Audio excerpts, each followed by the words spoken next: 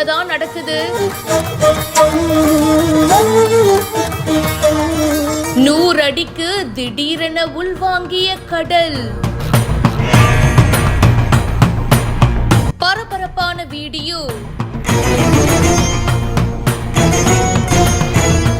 முருக பக்தர்கள் பலரும் வந்து திருச்செந்தூர் முருகன் கோவிலுக்கு வருவாங்க. அண்ட் அப்படி இருக்கும்போது திருச்செந்தூர் முருகன் கோவிலுடைய இன்னொரு ஸ்பெஷாலிட்டியே வந்து பாத்தீங்கன்னா அந்த கோவில் கடற்கரை தாங்க. அந்த பீச் பாத்தீங்கன்னா அடிக்கடி வந்து கடல் உள்வாங்கி காணப்படும். பக்தர்கள் வரும்போது கடல்ல புனித நீராடுவாங்க. அண்ட் அதுக்கப்புறமா சாமி தரிசனமும் பண்ணுவாங்க.